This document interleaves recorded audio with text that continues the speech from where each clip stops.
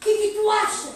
Agora você já pode ir aí, tu quer perder a corrida. Agora tu vai ficar um mês cuidando dos cavalos.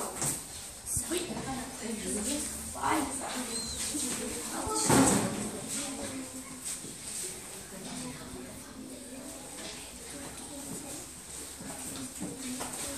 Cadê meu cavalo, Diego?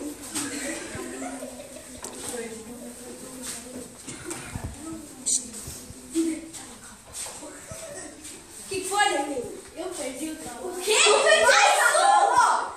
Tu já tinha perdido a corrida, agora tu me perde mais um?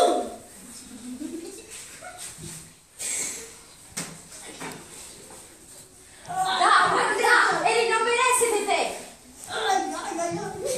Segura o chicote, minha filha. Vai! Deita aí! Tu vai ficar comigo com a sua formiga. Não vai restar nada de ti. Ô pai, vocês passaram 3 dias. Será que restou alguma coisa dele lá no Nem viveiro? você deve ter sobrado. Mas vai lá ver, é tua obrigação. Ah, ele não vai passar nada. Mas tu vai comigo? Tá, pai, eu vou subir troço. Nossa senhora, ele achou o cavalo! Meu Deus! Meu desculpa.